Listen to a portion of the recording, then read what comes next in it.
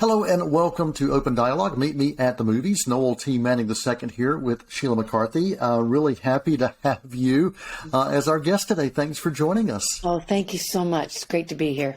I have to tell you, the film Women Talking is absolutely spectacular on so many different levels. I was just mesmerized as I watched this film, and based on an incredible novel, but sometimes finding that lightning in a bottle to translate into the big screen or into any screen sometimes doesn't happen, but it happened here. And just want to thank you for being here to talk about this amazing picture. Oh, thank you. Thank you. Well, we have to go to Sarah Polley to talk about why there's lightning in the bottle, for sure. Well, I tell you, it worked with, of course, the writing and the directing. But if you don't have a cast to be able to pull off something like this, because it's so dialogue heavy, it doesn't work. And what an amazing cast. And you're just surrounded by such incredible talent. Please talk a little bit about that. And when I first Zoomed with Sarah Polley, I was... I realized what an important project this could be. And, coming out of COVID, I was sort of, feeling kind of laid back about everything. And then all of a sudden we'd gear up to go to the Olympics with a film called Women Talking. I mean, to work with the likes of, Claire Foy and Frances McDormand and Ben Whishaw, Judith Ivey, Michelle McLeod, Rooney Mara, Jessie Buckley. I mean, it was pure theater, and every day was a master class for me. We were all really, we had to show up, and it was, I don't think I've ever been in anything that's been that hard or that rewarding. Like it was the Olympics. Yeah. It's an amazing piece that is both timeful and timeless. I found that to be the case as I dove into this story. And while there are a couple of references to a time period, it is really a movie that's without a time period when you really look at what's happening with it. I lived for many years in an area called Stratford, which is 2 hours west of Toronto, and surrounded by Mennonite communities. And, you're just watching out for the buggies. They're incredibly pure, albeit patriarchal society, is of a timelessness. So I really appreciate that comment for sure. Yeah. So the work this was based on, is that something you had read? Were you familiar with this before? I was very familiar with the book. It's a dense read, and because I love Miriam Toews novels.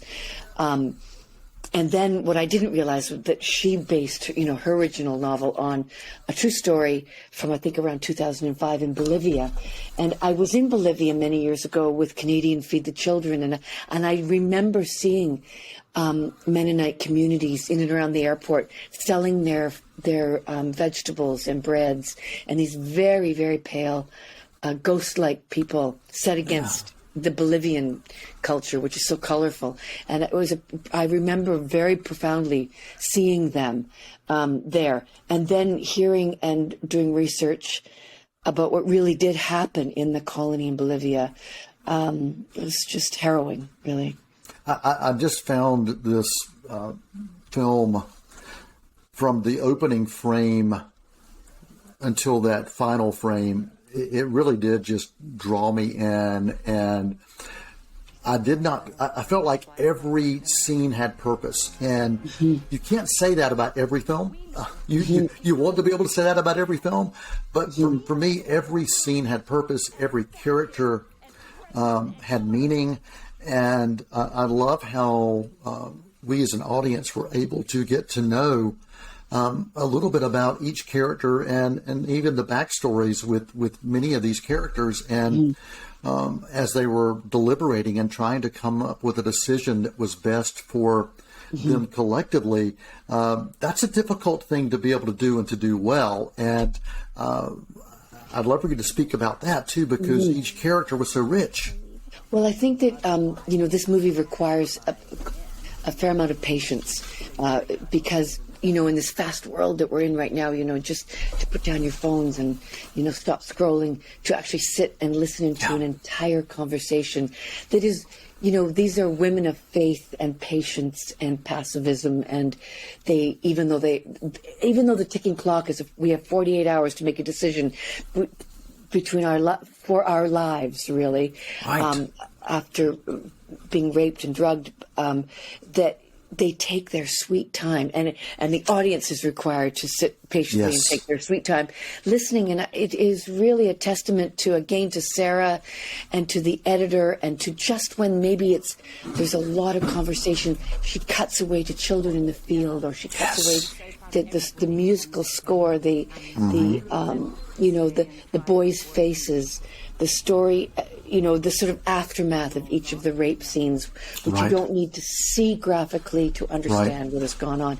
I think that that is so artful that it keeps you in the hayloft with us as flies on the wall, Yeah, it truly does. And you mentioned the editing. I thought the editing was really, truly spectacular, as was the cinematography. And I was speaking with someone about this film just today, and talking about so much of it does take place in the hayloft. I said, but the cinematography it just draws you in. And they said, well, how? And I said, well, it's through the editing that you get to see other aspects of what happens. You get to see the backstories. You get to see the memories. You get a chance to see the brutality of what has happened, but in a way that's artful and not gratuitous by any means. Well, you just see boots on grounds, or you see men from here down.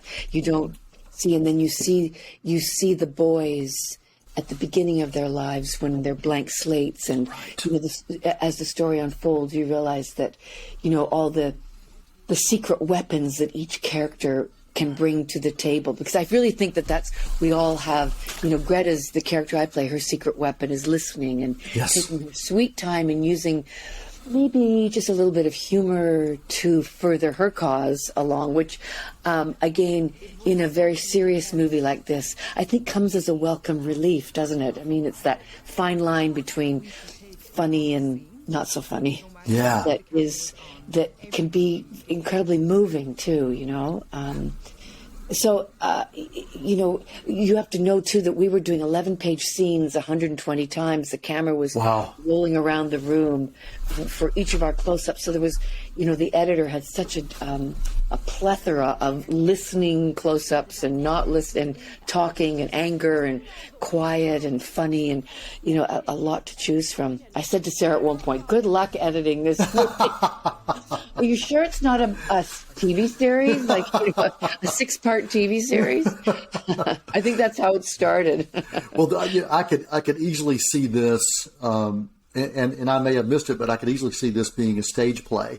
Oh, definitely. Yes. And there's actually been interest in that in different countries. India and Iran have actually said, could we tell the story with our people? Wow. Our story as a theater piece?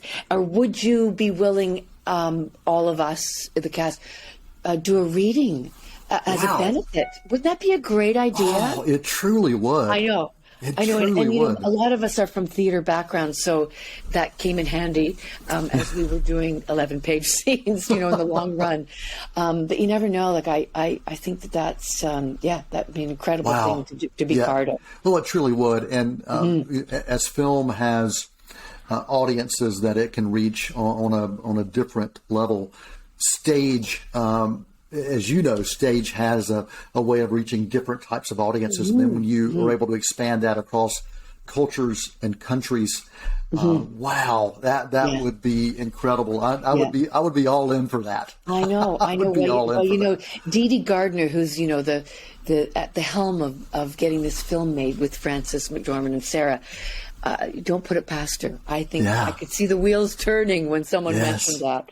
Yeah. Well, when you talked about the 11-page scenes, and as I watched it, I felt like, wow, this is something that would translate so well and so easily. Well, I'm not going to say easily, but But from an audience's perspective, I could definitely see that. Oh, yeah. And, it was really, everybody brought their A game every day. Like, there was never any weak links. The bar was so high, set by, the sort of just incredible tutelage of Sarah Polley. Like, she really knew what she wanted.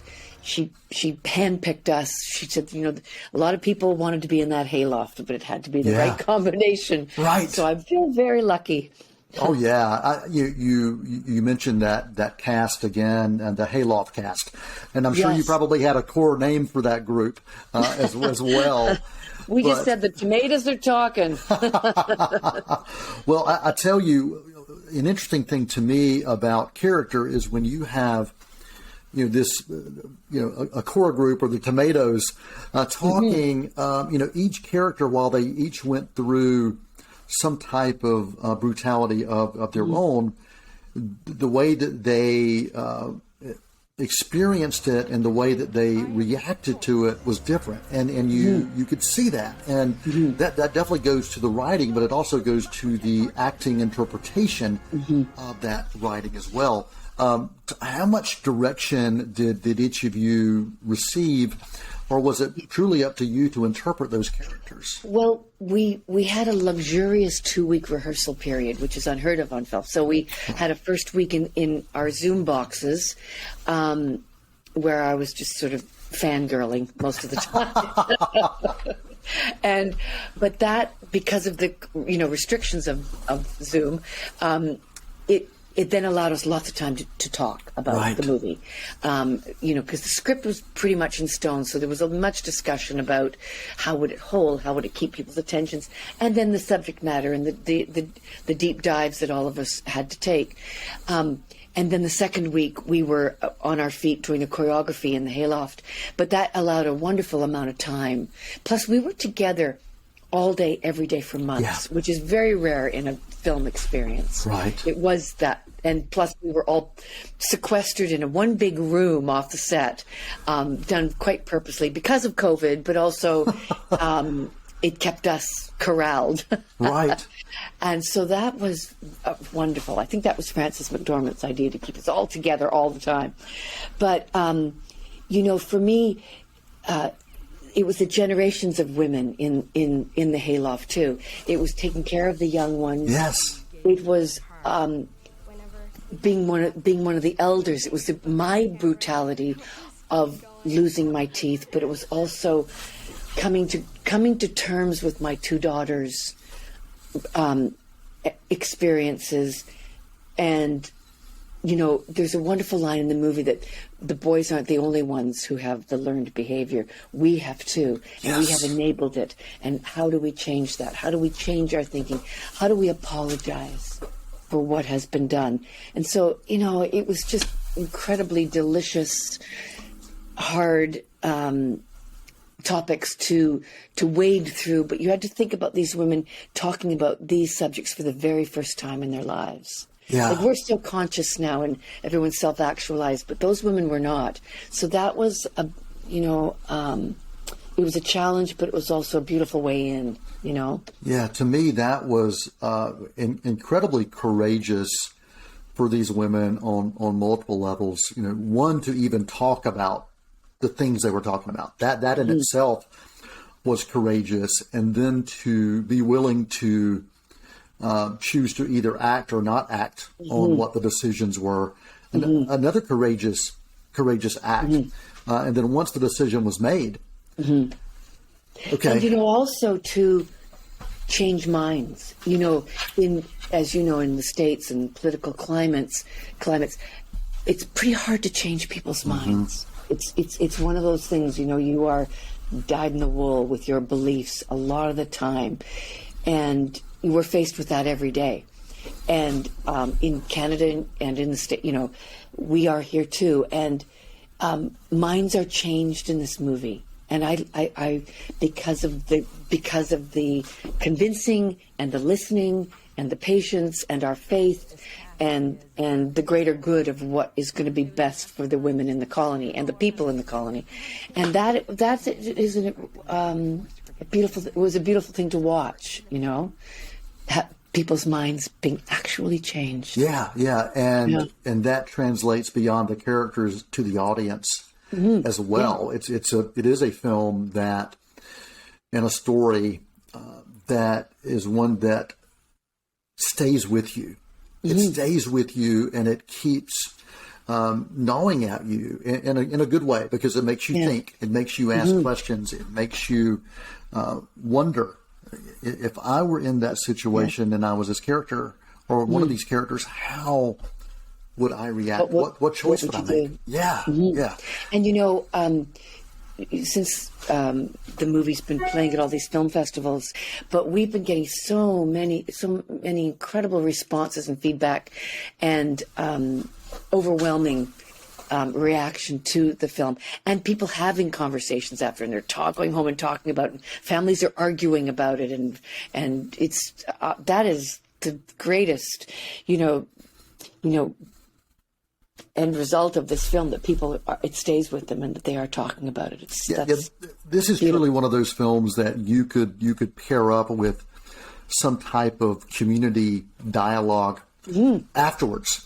Yeah, as a companion piece to it, and I think there's a lot to talk about, and there are women and others who have experienced these types of things, maybe not within a type of community, but they've still experienced them, and they still feel trapped, or they feel like they've enabled this situation, as you were mentioning before, and I think this can really help a lot of people. And I think it's I've been asked, what's my takeaway from the movie, and although, you wade through a lot of the heavy, and which is incredible, but the hope at the end, and not to give it away, but there is hope at the end, and I think that my takeaway and my hope for this movie is that people who haven't told their story yet, that need to tell their story, or somebody who needs to tell a story, man, woman, it doesn't matter, it's right across the boards, that perhaps this is a way in, and that people we tell our stories for the first time to each other to promote change and to promote a way forward. And I think we've got miles and miles to go, but that maybe this movie is just a drop in the ocean for, listen to people, let them tell their story, and see what happens, because that is very hopeful to me. Absolutely. Yeah. You had mentioned, I know we don't have a lot of time, and I appreciate every second you've given me. Oh, that's okay. But you had mentioned you had a couple of weeks of kind of prep together time, and you spent a lot of time together. How long was the shoot itself? So we had 2 weeks rehearsal, and then I think it was almost 3 months long. Wow. It was pretty long. Yeah, it was. Wow. Maybe just under 3 months. And we shot it in the hayloft, almost in the right order too, which is again really rare in a movie. Yes, it is. Even more theatrical. And, everybody was on board. There were a lot of women, but there was also fabulous men, too, who were part of this film that, cannot go unspoken about. It was an incredible team of people that were under the helm of Sarah Polley, and understood that it was something very special and challenging. And, I suppose you could call it a chamber piece. It's no Top Gun, but I hope that it gets the recognition, and so that audiences will see it, because I think that people who have been seeing it, who were kind of maybe not sure about it, well, I don't know, it sounds like a lot of talking, will come away from it, really enjoying. Enjoying is probably not the right word, but appreciating, appreciating, and Well, you altered. Well, you mentioned, people listening, and your character in particular was a listener. And I think we need to do a lot more of active listening in our lives. We do spend so much time talking and seeing what everybody else is saying and trying to get our word in to respond, that we forget to listen. And in this, to me, this whole piece is about listening to each other. and listening to the stories of each other. Absolutely. I sort of think of it as like one long hymn. Yeah. You know, it's just this mood and hymn with fun and, you know, tears and heartache and, you know, anguish, but it's just a long listening hymn. Yeah. So what was the most daunting for you for this project? Because you became family. I mean, you're with someone that long and that much. You do get to know each other, and you become family. It was just honestly serving Sarah. Like, I just really so wanted to serve the words and exhaust every little thought in my head, and just make sure that I was bringing my complete A game every day to the table. It was every day, all day. So, you know, it was really, that was everybody's challenge, I think. Yeah. And in a great way. Like, honestly, it was a gift. So. Well, I will say that your A game and everyone's A game made it to the final cut. It truly did. It was truly marvelous to sit and watch and be a part of the experience. And I just thank you for what you brought to your character and to this film.